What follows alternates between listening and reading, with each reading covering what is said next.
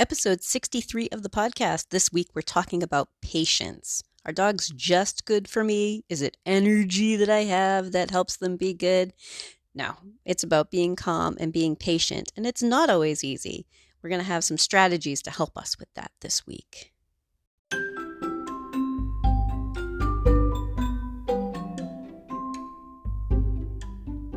You're listening to the Creating Great Grooming Dogs podcast. I'm Chrissy Newmeyer-Smith. I'm a certified professional groomer, a certified behavior consultant for canines, a certified professional dog trainer, and the owner of Happy Critters in Nashua, New Hampshire. And this, my friends and colleagues, is the podcast where grooming and training meet.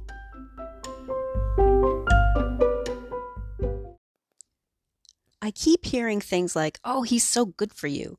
Or it must be something about you, or you have calm energy. You're just so calm. Today, I want to talk about how those things are kind of true, but also kind of misleading. Because here's the thing, I'm not a calm person, and I wasn't born patient. Not by a long shot. I really have to work at being patient. So why? Why do I work at being patient? Because the animals have taught me that it pays off to be patient. When I'm relaxed, when I'm calm, when I'm gentle, the animals respond well to it. So dogs like it. And what do I mean by like it? They relax for me. Maybe not all the time. Like that's not the one all and all be all. That's not the easiest solution ever is to just be calm and everything's going to be fine. But it certainly helps an animal calm down. Cats like it. Back when I was a vet tech and we handled an awful lot of cats. And when I worked in a grooming shop, one of those shops, I used to groom all the cats there. As a house call groomer, I don't groom kitties. But I can't be everything for everybody, focusing on the dogs. But cats respond really well to us being patient and calm and in working gently. Okay. Horses like it. If you want to calm a horse down, you calm yourself down. Cows like it. When I worked on the dairy farm, when you're milking a cow, you're like, oh, all right, let's calm down together. You have to be patient. The animals have taught me that. And you know what? I'll tell you what, people like it too. And this may sound really anthropomorphic. It might sound like I'm attributing human emotions to animals, but I'm going to present this thought anyway. When we want to calm kids down, we calm down. When we want kids to be gentle, we are gentle. And I think that we can relate to what it's like to be partnered up with someone who is calm, patient, and gentle. We set the mood. And so when we try to be patient, when we make the effort, it pays off. Anytime I get worked up, overexcited, annoyed, frustrated, like things kind of fall apart. And it took me a long time to realize that. There were plenty of times when I was like, oh my God, this freaking dog, like, I just need to get the other ear, and it would just snowball. Because like I said before, many times on this podcast, I did not always train this way. I did not always groom this way. I've definitely been in the other camp of like, okay, we just got to get it done. But each time that I realized, nope, I'm just going to slow it on down, calm down, be patient, be calm, be gentle, and work on it. And let go of the idea that I need to get it done right now and work on the thing that the dog is struggling with and having a hard time with, or the cow, or the cat, or the horse. Because when we calm down, things are very different for the animal. It may still be scary, but now they're not afraid of us also. So the dryer sound may still be scary. Other dogs in the room may still be stressful, but at least we're not adding to it. So it's one of the ways that we can minimize how much of a burden we're putting on them is just by us calming ourselves down. Okay. And that doesn't mean that you have to be like really super quiet. For some dogs, that's calming and patient. For some dogs, patient and calm can be those little silly bursts in between when they've done something right. Like, hey, you a good boy. Oh my gosh, you're so cute. Let me give you snuggles. Okay, now back to brushing. Oh, that was so good. All right, now back to brushing. Let's do calm again. And giving them the little opportunities to play with us and to get to know us. We need to get to know our dogs. And that's our own, our own pets should be getting to know whoever they work with. Like my dogs know my vet and any staff that are working there. They they think are awesome, and I want that. I bring them in occasionally just for cookies and to get a weight, just so that they constantly think I like these people, right? When we are groomers, we get a chance to like get to know the dog a little bit, and that can make a big difference. But I want you to be thinking about patience is work. It takes some self-control to be patient. It really does. You can't just say, okay, and today I'm going to be patient. It didn't come easily for me. However, every time that I've been able to make that effort, the behavior of the animal in front of me reflects back at me, right? What I'm doing reflects back. I can help a dog calm down just by being really calm myself. And what I observed working in shops, which, I haven't done a whole lot of in the past few years, but once in a while I still work in a friend's shop. And what I've noticed is that dogs that are being rowdy for someone else, for a different groomer, so say groomer A, respond differently to groomer B. And some of that's because we're all individuals and we all bring something different. We all handle dogs a little bit differently, and we're all a little bit different in the way that we talk, different in the way that we move, different in the way that we hold on to them and we grip and we reposition. But sometimes they're better because groomer B was just calmer. And that could be the same dog. That could be the dog that the brusher bather was having trouble drying, now is being dried by the groomer and doing okay with it. And I can tell you I've seen that many, many times. There were many times, in fact, where I was working on a dog and another groomer was kind of frustrated because why is he always good for you? And I can see why that's frustrating. Why is he always good for you? This dog gives me such a hard time. And I've been there too, where I'm like, why is he so good for you? He gives me such a hard time. And what I was told was, you know what? You need to not be frustrated and you need to calm down. And it works. It doesn't, like I said, doesn't solve every problem, but it's one of the ways that we can minimize the amount of stress a dog is under, even if other things in their world are stressful. Even if it's a veterinary procedure and they're stressed out because they're injured, if we're deep breath, slow down, calm, relaxed, patient, it can really help. It can really help these dogs and horses and cows and pretty much anything else. Other people. God, I can't tell you how many times I've calmed down owners that way. Like, oh my God, oh God, what do I do about this? What do I do about that? Oh, no, you hold still. And they're trying to help. God love them, they're trying to help. But if we tell them like, hey, relax. So as a house call groomer, I love it when people stay and watch while I groom. I have no problems with that at all. But I can tell you this might work for you in your shop or as a house call groomer or in a grooming van. I have them sit down. I have them sit down a little bit further away and get themselves something to drink. If I can get them sitting down on the other side of a table or on the other side of the counter or, just sit down, they can be in view, but that reduces the risk of them stepping up and reaching for their dog.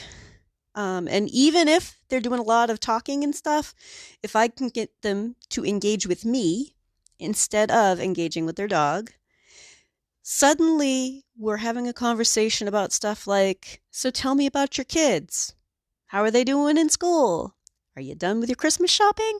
Right? We can have a conversation that sounds so normal. And for many, many dogs, having a conversation with their owner and making it sound like no one is stressed out at all can be really calming. And if I'm really calm with the owners, you know what? They calm down too. And if the dog gets worked up about something and I calm the dog down, I can calm the owners down too. They calm down when their dog is calming down. If I'm like, hey, shh, it's okay, Sparky. You are fine. Listen. You're all right, Sparky. Nice. All right. Can I touch your foot again? We're just going to touch. We're not even doing the nails. We're just going to touch. Yeah, there we go. Owners calm down too. So if we want calm, if we want some patience, if we want all that stuff, we have to work at it. And it's not necessarily an easy thing to do. It works. We have to really struggle with it sometimes. I get that. But we can try, and we can try to be patient. And in the next part, I'll talk to you about some strategies that I use. If you're enjoying this podcast, please remember to subscribe so that you don't miss any episodes, and tell all of your friends. Here are some strategies to help you learn to be patient and to help you use your level of patience and build it wherever you're at. Wherever you're at right now, find your level of patience and build on it. All right. So the first one, remember what brought you to this job, because we work with animals because we love animals.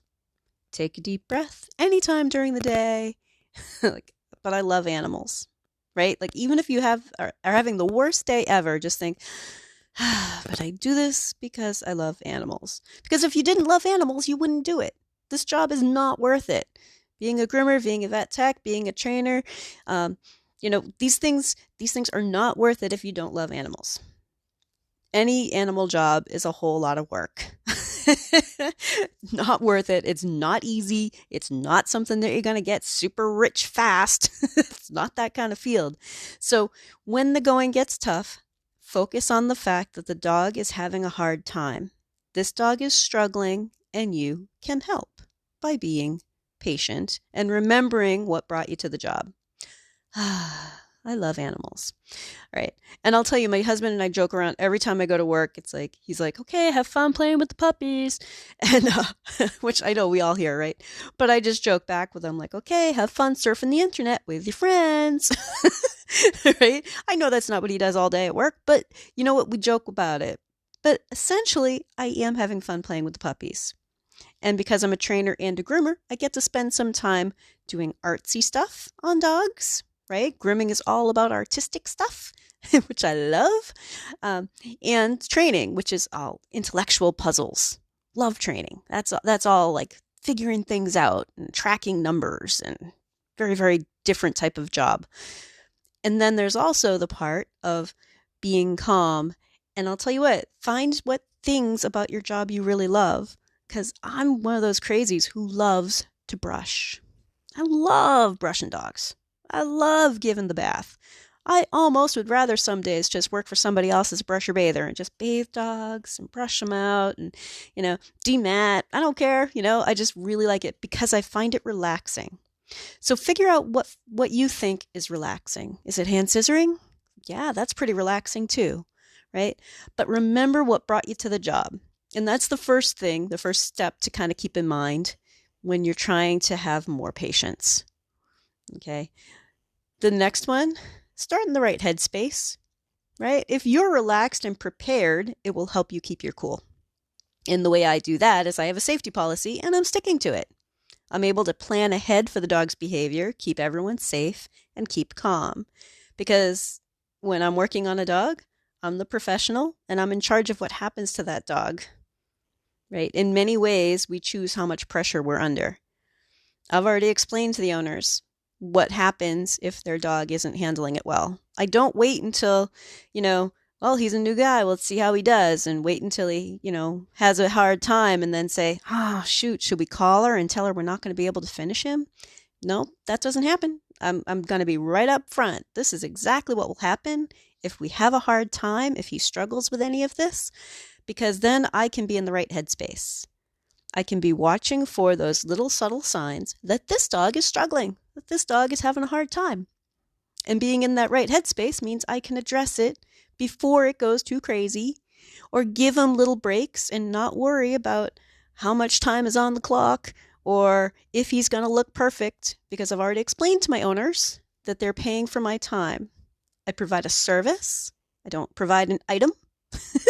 So I don't care if all of your Bichons cost the same amount. You're not providing an item. You are providing a service. It takes time. And if you could groom 2 Bichons in the time it takes to groom this one Bichon that's struggling, the price should reflect that. Because otherwise you're going to burn out. So start in the right headspace. Have a safety policy and stick to it. And be in control of what you're in charge of. That dog on your table, that dog in your exam room, that dog in your training facility, while they are with you, you adjust whatever stress level they're under. You're in charge of that. And that puts you in control, right? Okay, I'm going to calm you down. I'm going to stick to it because I can be patient and I can be calm, and I'm going to plan ahead for how to help you through it. And if we can't finish something, that's not a big deal. And I'll tell you what, as part of starting in the right headspace, I want to remind everybody that while you might be thinking, I have to get trims perfect, I have to get things done, my customers won't go for that, I want you to relax for a minute and take in the fact that every pet owner has responsibilities. Every pet owner has responsibilities. And what are those responsibilities?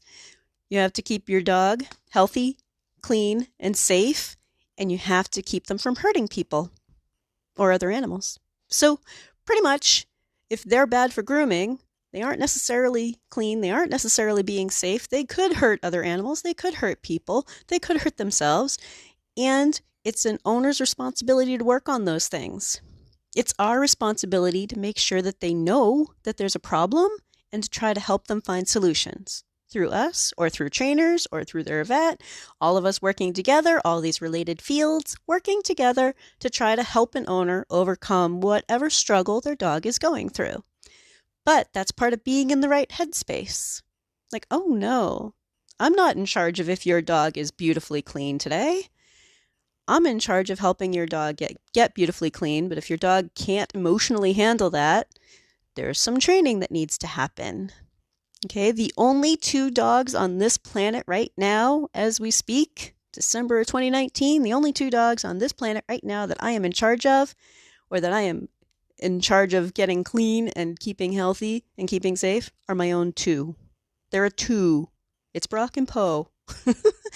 Everybody else is a dog that has part of my heart, and they're on my table, and I have the best of intentions for them. But at the end of the day, if owners aren't contributing to this, if owners aren't interested in this, they can groom their own dog.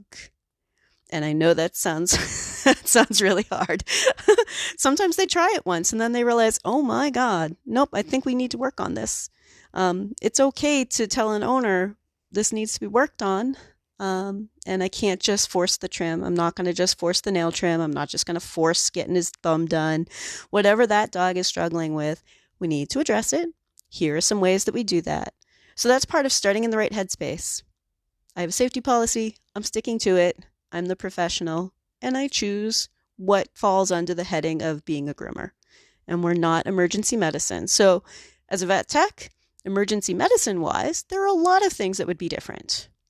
You know, you would weigh out how much of an emergency is it? Do we need to muzzle and stack 3 people on this dog to get them sedated, to check a wound, right? You would have a different criteria. But as groomers, we're here for baths and haircuts and making your dog beautiful, right? We don't need to make this unsafe. This should be safe all the time. All right. So the third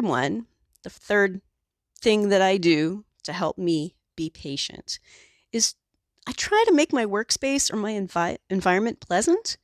I want you to think about making it pleasant for yourself and for the dogs. What is it for you and for your clientele? Now, for me, I'm in customers' homes, so there's a bunch of stuff that I don't have much control over. But I set the mood by being my smiley and goofy self with the dogs and with the owners. And yeah, I can be a bit much. Because you hear me laughing and joking around on this, and that's pretty much what I am all the time. I'm laughing, I'm joking, I'm kidding around. Some owners think that's really fun, right? Some owners are like, whatever, and they're off in another room. But I set my mood by being smiley and goofy, because that's the work environment I choose to work in. When I worked in shops, I would also try to set that mood too. Like, even if I usually had a hard time during the day, I would start the day off with a good solid, hey, good morning, how are you? And set the tone. Set the tone with our owners.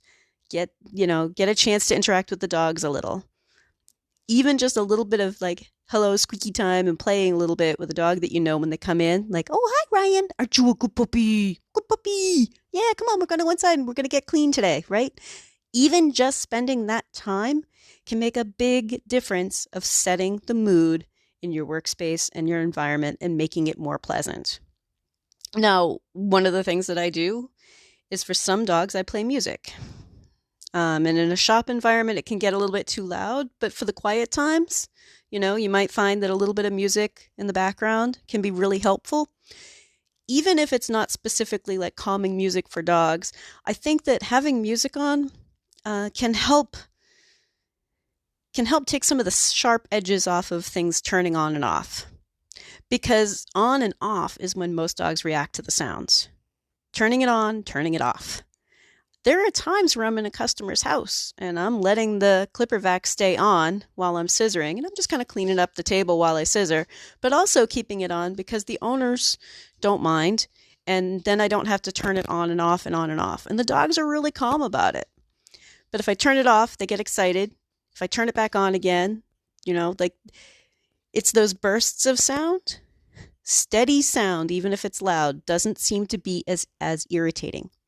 So if you have music on, turning dryers on, turning dryers off doesn't lead to like loud noise to dead silent, right? Loud, loud, loud, silent. Loud, loud, loud, silent, right? Then it turns into loud, loud, loud, do-do-do-do, music. Loud, loud, loud, do-do-do-do, music, right? I don't know what that means, right? Do-do-do-do, music.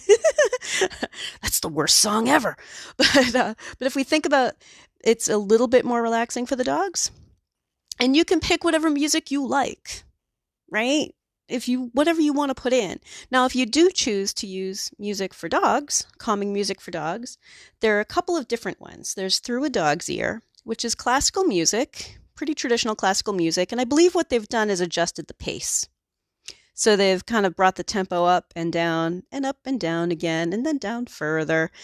I find for me, it puts me to sleep. So I find it too relaxing. I have a little bit of trouble listening to that while I groom or really get anything else done. And then there's another one. The one that does not put me to sleep is Whole Tones, calming music for dogs. And you can find these online. But Whole Tones, it's a little bit more new agey. Not super new agey, but a little bit more new agey. Not straight up classical music. But it doesn't put me to sleep the same way that the Through a Dog's Ear ones do. But having the music for dogs on can be really helpful. Sometimes I do that when I'm in a customer's house. I just have it on my phone so that I can be playing it. My phone is, on the counter beside us. Just a little bit of music going on. And you know what? It is relaxing and it is calm. Sometimes upbeat music helps me because I get singing to it. It depends on the dog. If a dog is young and silly and needs to be reassured and I'm singing ABBA, God help the owners if they're in the room, but if I want to sing Dancing Queen, this dog is going to be a little bit silly with me, but we're interacting with each other. And that can be really relaxing. And sometimes I have my headset on and I'm listening to podcasts or I put on music, just something to kind of dance to. Not that we can totally flat out dance while we groom, but you know what? Something that gets you moving, something that sparks you, that makes you happy, put something on and just woohoo, relax. So those are 3 things that I do that you guys could probably incorporate if you don't already. These are things you might already be doing, but 3 things that I do to help me with my patience level. And let me review them again. 1, remember what brought you to this job. We work with animals because we love animals. 2, start in the right headspace. Have a safety policy. Be able to stick to a plan. If you see behaviors that you need to change, you can work on them and don't let yourself get stressed out. And the 3rd one, try to make your workspace or environment pleasant for yourself and the dogs. Think about each dog as an individual. Think about the shop and the whole feel. I know some people use things like Adaptil plugins. Some people use essential oils. Some people are playing music. But think about the things that you like, the mood that you want to set, and the mood that seems to work with the animals. And you might want to just experiment with it. Experiment with it and see what works for you. But like I said, this one is all about patience. And the weekly action step this week is to think about what helps you be calm and what helps you be patient. If you'd like more information, you can find me at Chrissy@happycritters.net, happycrittersdogtraining.com, or you can join the Facebook group Creating Great Grooming Dogs podcast or the Facebook page, Creating Great Grooming Dogs. I really look forward to hearing from you.